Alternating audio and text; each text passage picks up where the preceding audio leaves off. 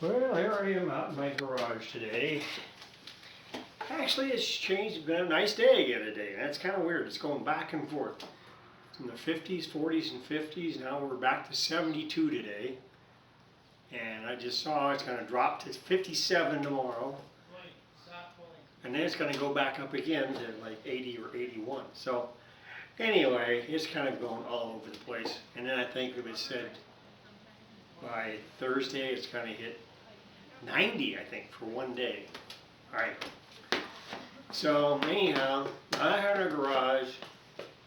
I cleaned up my workbench, and I had to bring out some of my reloading stuff and all that sort of thing. And I normally do that out here in the garage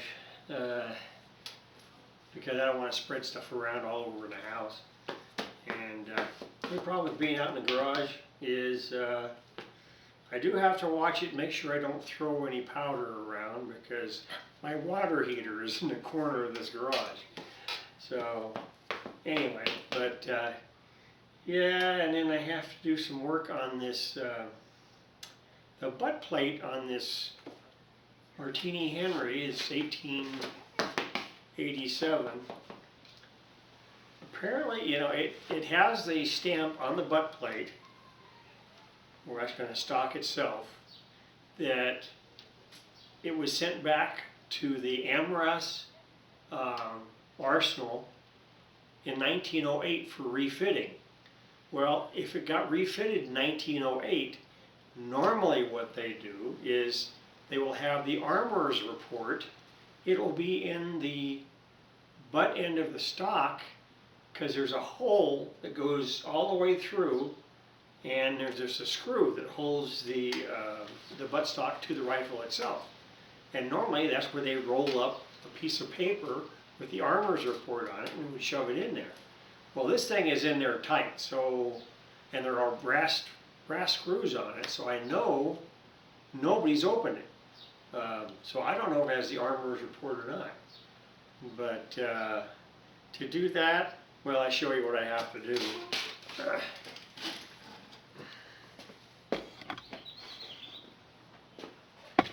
And yeah, here's my bench. I'll clean it up a wee bit than last time anybody saw it. Let me get a long shot. So my reloading stuff is right here. And then I have a powder measure, and then I have my weight measure over here, which will be moved over here. This actually machinist tool chest has got a lot of my machine tools and stuff in it. And then the plastic boxes there, those have well, parts for handguns and rifles and stuff like that, and then other reloading stuff and all that sort of stuff. But anyway, what I'm going to do, or I was trying to do, is right here, these two screws here. This one is deeper than the other. I've just used our friend PB Blaster on it. But unfortunately, this one is deep enough, but this other one, most of the screw was actually worn down. So I've got to figure out, well, I've got this needle file. It's a triangular needle file. And what I've been doing with that is going in here and trying to make the slot bigger. And I'll probably have to let this PB Blaster soak in for quite a while, I think, to this thing to loosen up. And I don't want to put too much on there because if it leaks through and the armorer's report is there, then I'll just ruin it. I mean, if this had the armorer's report, not that it's going to be worth that much more, but you know, it just gives more credence to how old it actually is and when it was actually worked on and what they did to it. Because what I think happened with this one, since it's in such good shape, I believe this is my feeling, I'm not sure. I mean, nothing for sure with something that's this old. But I'm guessing that the reason it's in such good shape is in 1908, as it says, when it came back to the arsenal to be refitted. And normally with a refit a barrel and all that, I would think that's probably what happened. They probably got a new barrel. They probably checked all this out. So I'm guessing it was probably one of those deals where it was probably just checked out, made ready to fire again, and then stored away and not used again. And that's what I figure happened to this one. That's why everything is in such good shape. The other ones, the 1878 ones I had, they were really in bad shape. They didn't even have a butt plate. And they were cracked. The stock was cracked in the front. The whole thing, actually. And this one here actually has an extra plate on the bottom, which those do not have. So this plate here, that's something else they had put on this one, where the other ones did not have that.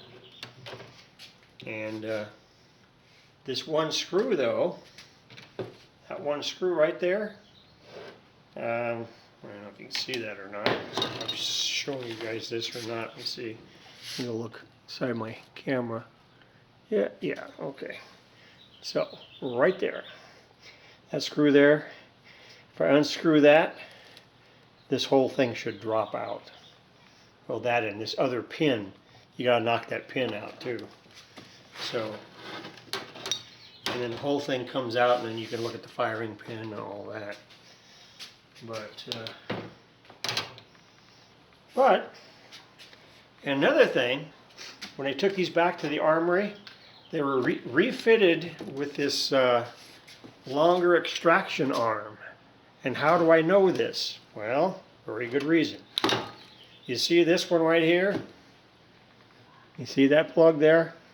That's where the old one would have been, because they added 3 inches, and that's exactly from the center of that to that is 3 inches. So that's what they did with the arm. Oh, now it's ready to fire. Ah! Okay, there we go. So anyway, yeah, so that's what I'm doing here. I'm not quite sure if I'm going to get it out or not, but in any case, I do need to take it off because the screw in here, I want to make sure it's tight. Right now, I can tell you right now, it's a little bit loose. It's got a little bit of give to it. And I do have a long screwdriver that will fit that. But, so anyhow, just wanted to show you what I'm up to out here. And I guess that's going to be it for now. Talk to you guys later.